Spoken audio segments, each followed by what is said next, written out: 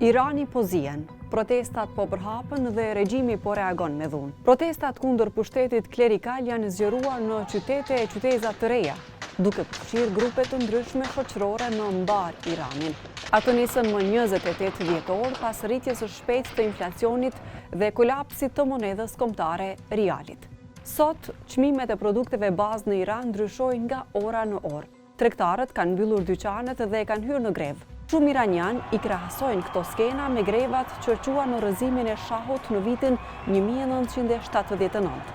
Më 8 janar u shënuan protestat më të mëdha deri tani. Dëshmitar okullar thanë se policia në kryeqytet, Tehran, përdori gaz lotësielës kundër turmave.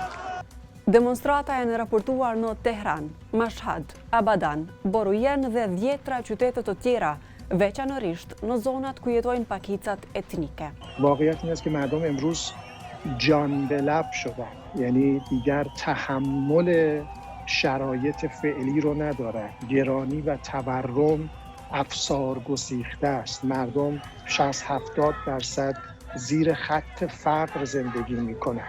Sipas organizatave për të drejtat e njeriut, që nga fillimi i protestave, të paktën 45 protestues janë vrarë, përfshirë 8 fëmijë dhe të paktën 2000 persona janë arrestuar. Në provincën Fars, protestuesit rrëzuan një statuj të Qasem Soleimanit, ish komandanti forcës Quds të Gardës Revolucionare të Iranit. Presidenti Amerikan, Donald Trump, ka paralajmëruar se SBA-ja do të reagojë nëse protestuesit qellohen.